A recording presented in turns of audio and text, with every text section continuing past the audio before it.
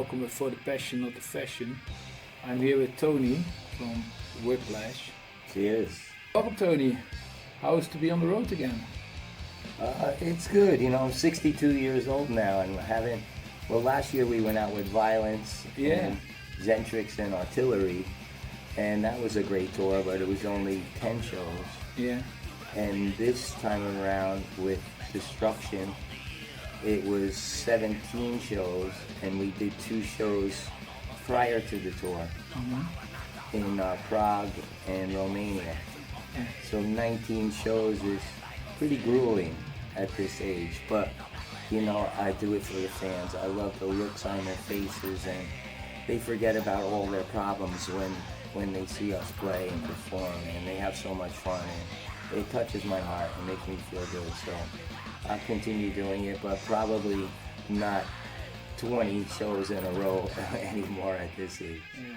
I was really surprised when I came in. I'm from the area, in Tilburg. I go to concerts for many decades, but when I came in, I saw so many teenagers. It's unbelievable. How do you feel about it, that young great. people like your music? I love it because most of them weren't even born when the first album, Power and Pain, was out. So it's But even with the reunion, they were not born yet. yeah, right. Crash that. But yeah, it's fun to see. Like one young boy was at the show with his uncle today. So it spans generations, which is really fun to see, and it's great. It's great just to see new people, new fans coming in that are younger and coming in, and still you have the 40 and 50-year-old people too, which is it's good for everything, for everyone. Everyone has fun. Cool. I go in the past. How was it to be part of the first wave of thrash metal? How do you see the main differences between the West and East Coast thrash back in the day? Can you tell me a little bit about it? That was a big part of the Power and Pain album in '85, because in '84 we got together, and at the time we were very influenced by the San Francisco Bay Area bands. We did our first show at Ruthie's in Berkeley, California. And it was with Possessed, and they let us use their back line, and we hung out with them days before the show and seen videos of the whole scene and what was going on with the stage diving, and it was shocking, but we were ready and we performed, and the light show was great. And Possessed let us use their whole back line, so that was really nice. But a lot of the songs that were written prior to that, we had the album out before that show, but it was still influenced by the San Francisco Bay Area bands, and I went to Berklee College of Music in Boston, so I had a theoretical background, and that combined with the Bay Area and the East Coast sound, that I think we had made something different that no other band really had a similar sound, because it was a combination of all 3 things, I believe. You were also, of course, close to New York. You are from New Jersey? Right. Yeah, New Jersey, New York, which is a lot of hardcore, so you had also this hardcore punk feeling. Yeah. We did many of our shows at Lemoore in Brooklyn when we started, and that was a heavy metal club that was very popular, and we were almost like the house band. Anytime someone canceled, they would call us. So we played about 13 shows there with like Carnivore and bands like that, and other big New York bands. But we also played many shows at CBGB. Yeah. And the hardcore bands there took us under their wing. It was weird because we weren't hardcore, we were thrash, but they became our friends, and we became part of that hardcore crowd, which was really cool. And even some of the guys from Agnostic Front sang backgrounds on our album, on Power and Pain. Roger and Vinny and Pete Steele from Carnivore also sang backgrounds. Rest in peace. On Power and Pain. what from the to go back in time? What were the main influences from you from the start, since the start, from for Whiplash? My favorite band of all time was always Deep Purple, Yeah. and I used to copy a lot of Richie Blackmore's leads, and that was a big part of my playing guitar and the biggest influence I would say that I had. But now I like a lot of stoner rock, and I listen to like Clutch and bands like that. But yeah, definitely Blackmore was a big influence. I'm not really a big fan of what he's doing now, but back in the day, I loved the Deep Purple stuff. Even Tommy Bolin. Do you follow the new music like today in this tour you played with Enforcer and Kryzik from Spain and Enforcer from Sweden. Do you enjoy listening to fresh new bands? I do, and I only really get to hear them when we play live. I don't really listen to too much music at home. It's nice and peaceful. I moved out of New Jersey and I moved to North Carolina now, and it's such a difference. It's not as fast-paced like a rat race like New York, New Jersey, and Pennsylvania. It's so laid back. Everyone is so kind, and you walk down the aisle in the grocery store and people you don't even know are like, "Hi, how you doing?" And it's so friendly, and I just love it so much. But I don't really listen to too much new music. Okay. Yeah. Sad. Sorry to say. No problem. It's just curious, Talking about a very bad thing what happened. The original bass player Tony Bono passed away in 2002, right? Yeah. What was the cause of his death, and how was it to continue without him? Yeah, he had a heart attack at a very young age. It really hit us hard. I think we took a long time off after that, and then got back together after thrash metal started coming back alive. After grunge took over for a while there. But I actually had a dream with Tony Bono in it about 3 nights ago. Yeah. While I was sleeping on the tour bus. Yeah, and I haven't told anyone that yet, but yeah, he was in my dream. And what? I don't remember too much, it's a blur, but I remember he was there, and I was wondering if he was visiting me because of the tour, and he's happy with what I'm doing now. I hope so. But you are added to this tour because Razor was cancelled. Right. How do you like the tour? How did you like the tour?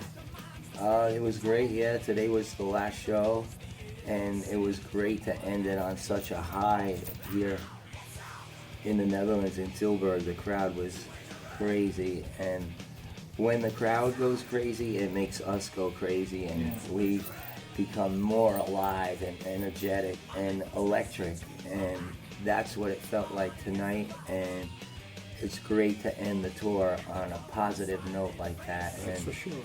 And a few shows that we had, there was like bad monitors and you couldn't hear on stage very well, which makes it a little disappointing and harder for you to work to make it enjoyable for everyone, including yourself. But tonight, it was a young girl, and she looked like she was maybe 17 years old, and she did a wonderful job and I even want to talk to her boss and tell him how great she was, and a big part of the show. People don't understand how important it is for you to hear the sound on stage when you're playing to a big crowd. And without that sound, it makes it so difficult. When you can't hear each other playing, it's hard to stay in sync. And this young girl just did a fantastic job. And I'm so proud of her and grateful. Wow, that's cool. But no, O13 is one of the main pop concert venues here in the Netherlands. Yeah. So you might remember the Noordlicht Club on the Batcave back in the 80s. It sounds familiar. Yeah, I was a long time ago. The Batcave closed in '95, I think, and the Noordlicht closed in '97 or something. I think you played there back in the day. Where was the Scum Club? The Scum Club was in Katwijk. Okay. And and the Dynamo Club you also might remember. Oh yeah, that Eindhoven. sounds familiar. Yeah. Old The good Scum old- Club moved from one place to another. No. The Scum Club moved. I think I saw you in the Scum Club a few years ago. Wow. Did you do one of your reunion shows there? We played twice at the Scum Club. Once In the 80s? really early with the outdoor stage. Yeah. And then when they moved, we played in the second location. That's why I saw you. That's why I bought the shirt. I Oh, guess. no way. Yeah. Hey, and how are your thoughts and personal feelings about the Dutch metal audience? Oh, it's great, especially after tonight. The show was so good and the crowd was so responsive. Yeah. Even up on the balcony, I could see they were having fun. So yeah, it was great. I was already saying to the other guys in the band that I want to come back here again soon. So Yeah, you like to come back here? oh yeah, definitely. We didn't get to too much sightseeing, but That's a pity if you could travel so far from the other side of the world and you didn't see anything. yeah, not here. It's very rare that we do, but sometimes we get about 3 hours a day before the sound check. Or after. Yeah, it's a lot of work, a lot of business involved. But when we do get out, we do take a lot of pictures, and I can't wait to get home after this tour and put a slideshow on the TV and see all the places that we've been. I also only hear positive words about you. I spoke to a guy who was running a club in Eindhoven back in the day, back 20 years ago, and he came to me and he said, "Wow, this Whiplash show was so great. I saw them in '85 and now I see them again for so many. I didn't see them in between. I loved it, Marco. It was so great." And that was an old guy. But I also hear young people. Everybody's positive so far. I didn't hear anyone bad talking bad. Oh, good. Well, we try to put everything into it, every ounce of energy, every night, and I think people see that and they feel it. Yeah. And when, like I said, when they go crazy, we go crazy, and when they're happy, we're happy, and you could see us playing leads, going crazy, and smiling, and getting eye contact with the crowd because we're having so much fun because they're having so much fun. Nice. You recently, I'm coming back to an old, we already speak about it, about the tour with Artillery, Violence, and Centrics. How was your experience on that tour? Oh, that was a lot of fun. Yeah, and Violence is so professional and tight, and what a great band to see live. We became friends with them, and the guys in Artillery. Josh was hanging out with us the whole time, and unfortunately, another rest in peace. He died recently, he passed away. So we miss him and think about him often. He was the life of the party. We had so much fun with him. He spent more time with us than he did with Artillery. So. What do you think about the fact thrash metal is still alive? What are the main differences between the metal scene now and back then? Do you see any differences? Because you're a long time in the scene. Do you see any differences between the scene now and back in the 80s? Well, like you said, it's more of a wider range of ages now.